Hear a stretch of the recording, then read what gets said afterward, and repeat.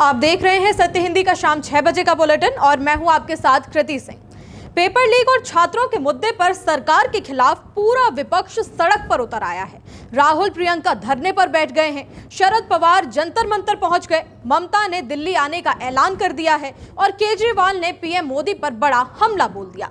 दूसरी ओर सोनम वांगचुक को मेदांता शिफ्ट करने का हाईकोर्ट ने आदेश दे दिया है। किसानों के दिल्ली कूच से पहले शंभू बॉर्डर सील है और कांग्रेस सरकार पर हमलावर है। इन्हीं खबरों पर इस बुलेटिन में बात करेंगे, लेकिन उससे पहले आपको बता दें कि अब आप हमारे चैनल पर हमारे सभी न्यूज बुलेटिन, हमारे चैनल की तीखी बहस वाले सारे शो, हमारी वेबसाइट की सारी खबरें, चैनल के साथ साथ अब सब कुछ बस एक क्लिक पर, यानी कि आपके अपने सत्य हिंदी के ऐप पर भी देख सकते हैं। इसलिए तुरंत हमारे चैनल का ऐप डाउनलोड कर लीजिए। डाउनलोड करने के लिए लिंक आपको इस वीडियो के डिस्क्रिप्शन में मिल जाएगा। तो आइए अब रुक कर लेते हैं शाम की 5 बड़ी खबरों का। पीएम आवास के पास कांग्रेस का धरना, प्रधानमंत्री समेत गृह मंत्री और शिक्षा मंत्री के इस्तीफे की मांग। कांग्रेस के धरने में राहुल से बात करने पहुंचे केंद्रीय मंत्री, पार्टी के कई नेता हिरासत में। जंतर मंतर पहुंचे शरद पवार, ममता का भी ऐलान, जरूरत पड़ी तो छात्रों के समर्थन में दिल्ली जाऊंगी। किसानों के लिए शंभू बॉर्डर सील होने पर कांग्रेस का हमला, पवन खेड़ा बोले बैरिकेड से सच नहीं छिपेगा। मध्य प्रदेश विधानसभा में भारी हंगामे और विपक्ष के विरोध के बीच यूसीसी विधेयक हुआ पास। पीएम मोदी इस्तीफा दो, इन नारों के साथ छात्रों के मुद्दे पर कांग्रेस ने धरना शुरू कर दिया है और ये धरना प्रदर्शन हो रहा है पीएम आवास के बेहद ही करीब, जहां लोकसभा में नेता विपक्ष राहुल गांधी के नेतृत्व में प्रियंका खड़गे समेत कांग्रेस के बाकी सांसद धरने पर बैठ गए हैं। कांग्रेस की मांग है कि अपने हक की मांग कर रहे छात्रों पर लाठीचार्ज किया गया, आंसू गैस के गोले दागे गए, लेकिन सरकार ये मुद्दे संसद में उठने ही नहीं दे रही है। इसलिए छात्रों के समर्थन में कांग्रेस ने पीएम मोदी, गृह मंत्री अमित शाह और केंद्रीय शिक्षा मंत्री धर्मेंद्र प्रधान के इस्तीफे की मांग कर रही है। प्रदर्शन के दौरान कुछ कांग्रेस नेताओं को पुलिस ने हिरासत में भी ले लिया है। पीएम आवास के पास धरने से पहले पूरे विपक्ष ने लोकसभा स्पीकर ओम बिरला से मुलाकात कर मांग की कि सदन में पेपर लीक और छात्रों के मुद्दे पर बहस करने दी जाए। इस पर स्पीकर का कुछ स्पष्ट जवाब नहीं मिला, जिसके बाद दोनों सदन का कार्रवाई भी नहीं हो पाई और बिना किसी बहस के दोनों हाउस को कल तक के लिए स्थगित कर दिया गया। इसके बाद राहुल और प्रियंका ने आरएमएल अस्पताल पहुंचकर उन घायल छात्रों से मुलाकात की जिन पर कल सोमवार को प्रदर्शन के दौरान दिल्ली पुलिस ने लाठियां चलाई थी। घायल छात्रों से मुलाकात के बाद कांग्रेस के सभी सांसद, नेता, कार्यकर्ता खड़गे के आवास से पैदल मार्च करते हुए पीएम आवास की ओर बढ़ने लगे, जिसके बाद पुलिस ने उन्हें बीच में ही रोक दिया। अब ये प्रदर्शन पीएम आवास के पास चल रहा है। धरने पर बैठी कांग्रेस से बात करने के लिए सरकार ने केंद्रीय मंत्री जितेंद्र सिंह को भेजा है। केंद्रीय मंत्री राहुल गांधी को मना रहे हैं और धरना रोकने के लिए कह रहे हैं। उनके साथ केंद्रीय गृह सचिव गोविंद मोहन भी धरना स्थल पर मौजूद हैं। राहुल गांधी और मल्लिकार्जुन खड़गे समेत कई नेताओं ने दोनों हाथों को नायलॉन रोप से बांध लिया है। इसके अलावा पंजाब के पूर्व मुख्यमंत्री चरणजीत सिंह चन्नी को भी पुलिस ने डिटेन किया है। हिरासत में लिए जाने पर चन्नी ने कहा कि ये बीजेपी का आतंकवाद है, वो छात्रों की बात नहीं सुनते हैं। खबर बनाए जाने तक सरकार और विपक्ष के बीच बातचीत का कोई निष्कर्ष सामने अभी तक नहीं आया है। कांग्रेस के धरने के बीच एनसीपी प्रमुख शरद पवार जंतर मंतर पर चल रहे छात्रों के प्रदर्शन में शामिल हुए। शरद पवार ने सीजेपी संस्थापक अभिजीत दीपके से मुलाकात की। शरद पवार के साथ सुप्रिया सुले भी प्रदर्शन स्थल पर पहुंची और प्रदर्शनकारियों का हाल जाना। इसी के साथ दिल्ली में छात्रों के प्रदर्शन पर हुए लाठीचार्ज के विरोध में वंचित बहुजन अघाड़ी ने 23 जुलाई को महाराष्ट्र बंद करने का ऐलान कर दिया है। पार्टी अध्यक्ष प्रकाश आंबेडकर ने सभी समान विचारधारा वाले राजनीतिक दलों, छात्र संगठनों और आम नागरिकों से इस बंद का समर्थन करने की अपील की। उनका कहना है कि ये बंद शांतिपूर्ण प्रदर्शन कर रहे छात्रों के समर्थन और पुलिस कार्रवाई के विरोध में बुलाया गया है। पश्चिम बंगाल के पूर्व मुख्यमंत्री और टीएमसी प्रमुख ममता बनर्जी ने भी कोलकाता में आयोजित टीएमसी की शहीद दिवस रैली में ममता ने कहा कि अगर जरूरत पड़ी तो वो खुद दिल्ली जाएंगी और सीजेपी के विरोध प्रदर्शन में शामिल होंगी। उन्होंने कहा कि उनकी पार्टी शुरुआत से ही छात्रों के मुद्दे पर सीजेपी के साथ खड़ी रही। उनका कहना है कि अब समय आ चुका है कि सभी विपक्षी दल इंडिया गठबंधन के बैनर तले एकजुट होकर बीजेपी के खिलाफ लड़ाई लड़ें। उन्होंने देश की सभी पार्टियों के साथ आने की अपील की है। उन्होंने ये भी आरोप लगाया कि सरकार ने लोकतांत्रिक मूल्यों को नुकसान पहुंचाया है और लोगों को अब बीजेपी की नीतियां समझ आने लगी हैं।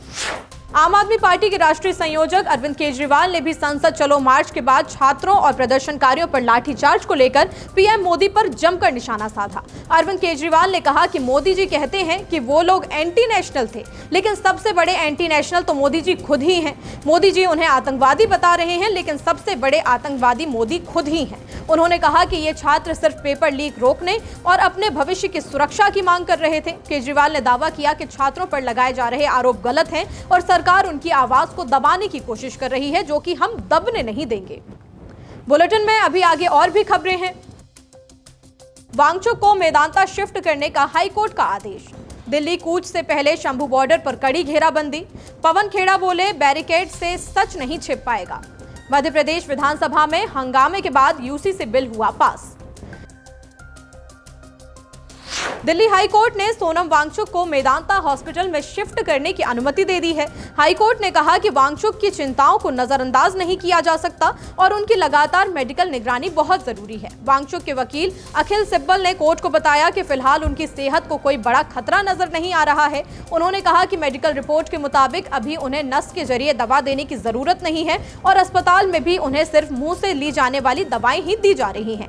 सुनवाई के दौरान कोर्ट ने सरकारी और निजी अस्पतालों के डॉक्टरों की मेडिकल रिपोर्ट देखी। अदालत ने कहा कि उसे डॉक्टरों से यह समझना है कि यूरिक एसिड और ब्लड यूरिया का बढ़ा हुआ स्तर कितना गंभीर है और वांगचुक की स्थिति पर लगातार नजर रखने की जरूरत कितनी है। वहीं केंद्र की ओर से सॉलिसिटर जनरल तुषार मेहता ने कहा कि आमतौर पर सिर्फ रिपोर्ट नहीं बल्कि मरीज की क्लिनिकल स्थिति को ज्यादा महत्व दिया जाता है। अब हाई कोर्ट के निर्देश के बाद वांगचुक को मेदांता अस्पताल शिफ्ट किए जाने की प्रक्रिया आगे बढ़ेगी।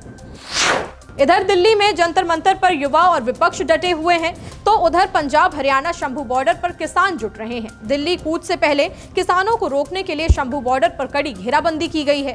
पंजाब से हजारों किसान दिल्ली की ओर बढ़ते जा रहे हैं। वे अमेरिका भारत ट्रेड डील का विरोध कर रहे हैं। इसी बीच शंभू बॉर्डर पर सुरक्षा बढ़ा दी गई। हरियाणा पुलिस ने बॉर्डर को पूरी तरह से बंद कर दिया है। रास्ते में बड़े सीमेंट के बैरिकेड लगाए गए हैं। कई जगह जेसीबी मशीनें भी तैनात की गई हैं। पुलिस किसी भी हाल में किसानों को आगे बढ़ने से रोकना चाहती है। उधर किसान दिल्ली पहुंचने की पूरी तैयारी कर चुके हैं।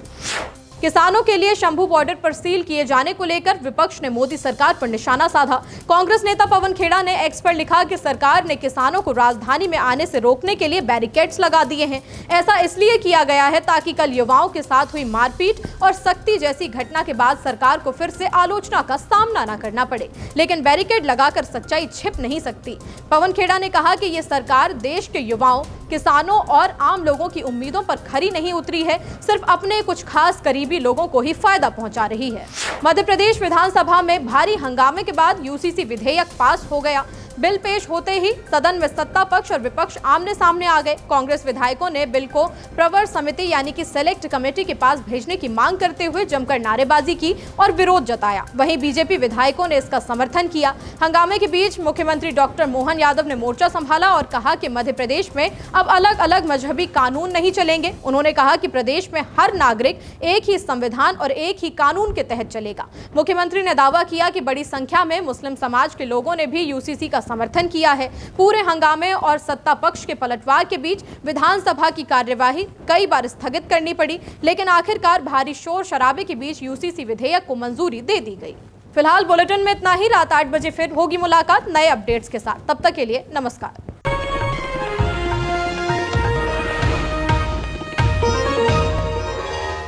Copyright disclaimer under Section 107 of the Copyright Act 1976. Allowance is made for fair use for purposes such as criticism, comment, news reporting, scholarship, and research. Fair use is a use permitted by copyright statute that might otherwise be infringing.